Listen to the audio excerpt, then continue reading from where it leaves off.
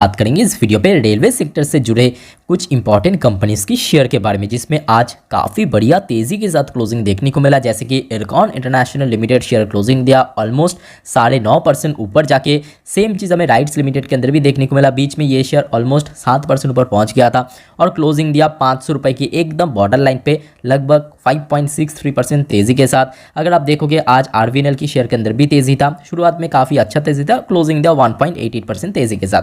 Same चीज़ आज IRFC की share में भी देखने को मिला, ऑलमोस्ट 2% ऊपर आके क्लोजिंग दिया। इवन रेलटेल का भी शेयर आज लगभग 4% ऊपर आके क्लोजिंग दिया। तो ये जो 5 अलग अलग कंपनी की शेयर आपके सामने प्रेजेंट किया, इनमें सबसे ज़्यादा तेज़ी देखने को मिला। एक हो गया आपका राइट्स के अंदर, दूसरा हो गया इरकॉन के अंदर।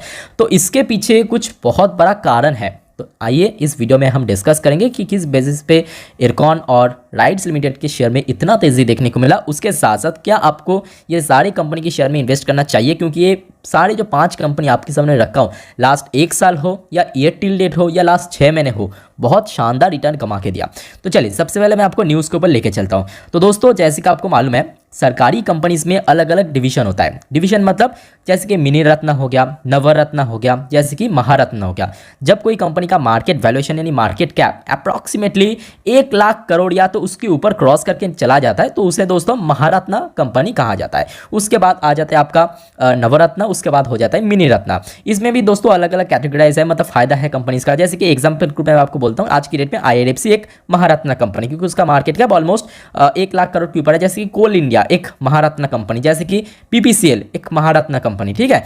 तो देखिए, IRCON international and rights limited share climb over 7% after getting Navratna status. तो एक्चुअल में इसके पहले क्या था कि इरकॉन की बात करें या राइट्स की बात करें, दोनों कंपनी दोस्तों जो स्टेटस था वो मिनी रत्न था, तो इसको अपग्रेड किया, मिनी रत्न से नवरत्न कर दिया। अब आप पूछोगे इसमें फायदा क्या होगा, ये तो बस एक स्टेटस अपडेट हुआ। नहीं, इसमें फायदा होगा। फायदा कैसे होगा, चलिए आगे मैं आपको बताता हूँ। पहले आर्टिकल्स को हम अच्छे से पढ़ लेते हैं। ये देखिए, shares of IRCON international and rights climb over 7%। जब ये न्यूज़ पब्लिश हुआ था उस टाइम पे ऑलमोस्ट 7% ऊपर जंप किया था ये दोनों ही कंपनी के share in Friday trade on BSC after the government of India's decision to grant Navratna status to the PSU firm. तो ये जो 2 कंपनी है राइट्स और इरकॉन को दोस्तों अपग्रेड कर लिया मिनी रत्न से नवरत्न कंपनी में। अब इसमें फ़ायदा क्या होगा, चलिए आगे हम डिस्कस करते हैं। ये देखिए, ये हो गया आपका फ़ायदा। ये देखिए, as a Navratna company a state run enterprise has the authority to invest up to 1000 crore without explicit government approval. अभी देखिए, ये सारे सरकारी कंपनी अगर कहीं पे बिजनेस एक्सपेंशन पर्पस या किसी पर्पस दोस्तों, कोई दूसरे कंपनी को खरीदने के पर्पस हो या कोई और पर्पस यहाँ पे कोई इन्वेस्ट करना चाहते हैं, तो उसके लिए दोस्तों गवर्नमेंट ऑफ इंडिया, ठीक है, उनको अप्रूवल चाहिए। बट आज की डेट में ये नवरत्न स्टेटस जैसे ही हो चुका है, तो अप टू अगर ये कंपनी कोई छोटे कंपनी, सपोज 800 करोड़ की कोई कंपनी है या कहीं पे भी 900 करोड़ के आसपास इन्वेस्टमेंट है, तो ये जो इन्वेस्ट होगा इस पर्पस गवर्नमेंट ऑफ इंडिया का कोई भी अप्रूवल नहीं चाहिए। सिंपल कंपनी के मैनेजमेंट अगर यहाँ पे अप्रूवल दे दिया, ऑटोमेटिकली इन्वेस्ट करेगा। तो जिस वजह से पहले मिनी रत्न के केस में क्या होता था, उसमें सिर्फ और सिर्फ जो ये अमाउंट था वो 5000 करोड़ ही था। यहाँ पे आप देख सकते हो, ये देखिए 5000 करोड़, ठीक है। तो मिनी रत्न की केस में ये हो गया, नवरत्न की केस में 10,000 करोड़ हो गया। अब इसमें भी कुछ कैटेगराइज है, जैसे कि अलग अलग देख सकते हो। इसका जो रेवेन्यू स्टेटस हो गया, नेट प्रॉफिट इतना करोड़ होना चाहिए, ठीक है, ग्रोथ इतना होना चाहिए। तो उसके ऊपर बेसिस करके जो हमने देखा गवर्नमेंट ऑफ इंडिया की तरफ से ये स्टेटस आया है कि अपग्रेड किया है इरकॉन इंटरनेशनल और राइट्स लिमिटेड की कंपनी को, इसको मिनी रत्न से नवरत्न कर दिया। अब हो सकता है कि कुछ सालों बाद या कुछ महीनों बाद अगर शेयर ने अच्छा परफॉर्म किया, कंपनी ने अच्छा परफॉर्म किया, शेयर के अंदर लगातार तेज़ी देखने को मिला, तो इसको एक महारत्न कंपनी भी दे सकता है, स्टेटस दे सकता है। तो इसमें देखिए और भी ज़्यादा इन्वेस्टमेंट कर सकते हैं कंपनी बिना किसी गवर्नमेंट ऑफ इंडिया की अप्रूवल मिले। और जिस वजह से बेसिकली आज की डेट में शेयर में इतना तेज़ी देखने को मिला, क्योंकि अक्सर हमने देखा कि गवर्नमेंट ऑफ इंडिया मतलब सरकारी जो कंपनी है यानी पीएसयू कंपनीज के अंदर लगातार इन्वेस्ट होता है, चाहे कंपनीज के अंदर हो या दूसरे छोटे छोटे कंपनीज को भी ये सारी कंपनीज खरीदते हैं, ठीक है। तो इसमें फ़ायदा मिलेगा ऑब्वियसली शेयर होल्डर को, क्योंकि अल्टीमेटली कंपनी का बिजनेस एक्सपैंड करेगा। अब चलिए देख लेते हैं कि यहाँ पे आपको क्या करना चाहिए। तो ध्यान से देखना, सबसे पहले हम बात करेंगे ये जो 5 कंपनियाँ ना, इरकॉन इंटरनेशनल चाहे राइट्स की बात करें आरवीएनएल की बात करें, यहाँ पे भी तेज़ी देखने को मिला।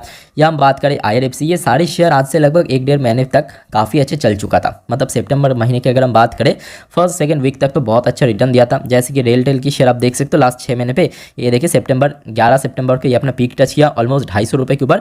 उसके बाद देखिए लगातार गिरावट। अभी देखिए शेयर लास्ट 1 महीने पे ये देखिए गिरावट के बाद लास्ट 5 दिन में खास करके थोड़ा थोड़ा मूव देखने को मिला। अगर आप देखोगे सेम चीज़ आईआरएफसी के अंदर भी देखने को मिलेगा। ये देखिए सितंबर की फर्स्ट वीक में शेयर अपना पीक टच किया, उसके बाद देखिए लगातार करेक्शन लास्ट 1 महीने पे। अभी देखिए लास्ट 5 दिन पे थोड़ा थोड़ा शेयर में ऊपर मूवमेंट आना शुरू हो चुका है। तो एक्चुअल में अगर देखा जाए ये 2 शेयर मैं आपको एग्जांपल दे रहा हूँ, बाकी जो कंपनी है वहाँ पे भी सेम टू सेम चीज़ आपको देखने को मिलेगा। तो ऑलरेडी हमने देखा शेयर अपने ऑल टाइम हाई से नियर अबाउट अगर देखा जाए अप्रॉक्सीमेटली एवरेज वाइज 15 से 20% डिस्काउंटेड प्राइस में तो आज ही मिल रहा है। ठीक है, तो जिस बेसिस पे मैं आपको इसके पहले भी काफ़ी बार यहाँ पे रिकमेंड किया था कि अगर आपको इन्वेस्ट करना है तो बेस्ट ऑप्शन है देखा आईआरएफसी में हमेशा क्यों आगे रखता हूँ, क्योंकि देखिए इंडियन रेलवेज का नेटवर्क आप सभी को मालूम है कितना लंबा चौड़ा, मतलब कितना बड़े नेटवर्क है फैला हुआ। उसके साथ साथ लगातार नेटवर्क इंक्रीज़ हो रहा है। साथ ही साथ हमने देखा कंपनी मतलब जो government of India bullet train हो या वंदे भारत ट्रेन हो या मेट्रो रेल हो, लगातार देखिए जो रेलवे के नेटवर्क इंक्रीज होने के कारण इसमें एक लौती कंपनी वह है आईआरएफसी, जो कि फाइनेंस डिपार्टमेंट को कंट्रोल करता है, यानी फाइनेंसिंग में काम करता है। तो जिस वजह से देखिए चाहे आरवीएनएल को प्रोजेक्ट मिले, इरकॉन को प्रोजेक्ट मिले या कॉन्ट्रैक्ट मिले, फ़ायदा देखिए आईआरएफसी को मिलेगा। तो जिस वजह से हमने देखा आईआरएफसी का शेयर लास्ट 6 महीने हो या हम बात करें लास्ट 1 साल पे बहुत अच्छा रिटर्न कमा के दिया। दूसरे अगर हम बात करें कोई शेयर में अगर आपको इन्वेस्ट करना है, मैं तो हमेशा प्रेफर करूँगा आरवीएनएल का शेयर। आरवीएनएल क्यों? अगर आप थोड़ा बहुत मार्केट को प्रैक्टिकली स्टडी करोगे तो अगर आप देखोगे आरवीएनएल का जो कंपनी है ये दोस्तों, चाहे मेट्रो की बात करें, चाहे बुलेट ट्रेन के ऊपर भी काम कर रहा है, चाहे वंदे भारत ट्रेन के ऊपर भी काम कर रहा है, इवन नॉर्मल जो रेलवे ट्रैक होता है, रेलवेज के अंदर अलग अलग टाइप का काम होता है, उसका भी कंस्ट्रक्शन इंफ्रास्ट्रक्चर का काम कर रहा है। मतलब सबसे ज़्यादा जो कॉन्ट्रैक्ट कंपनी को मिलता है वह आरवीएनएल, जिस वजह से हमने देखा इसका जो रेवेन्यू ग्रोथ या प्रॉफिट ग्रोथ वो आपको बाकी जो कंपेयर करे राइट्स हो गया, इरकॉन हो गया, उससे काफ़ी ज़्यादा देखने को लगा। सपोज मैं आपको एक एग्जांपल ग्रुप में दिखाता हूँ, फुल देखिए प्रैक्टिकली मैं आपको बात बोलूँगा, कोई यहाँ पे छुपा हुआ चीज़ नहीं है। अगर आप देखोगे नेट इनकम आरवीएनएल का लास्ट क्वार्टर में कितना हुआ था, 342 करोड़।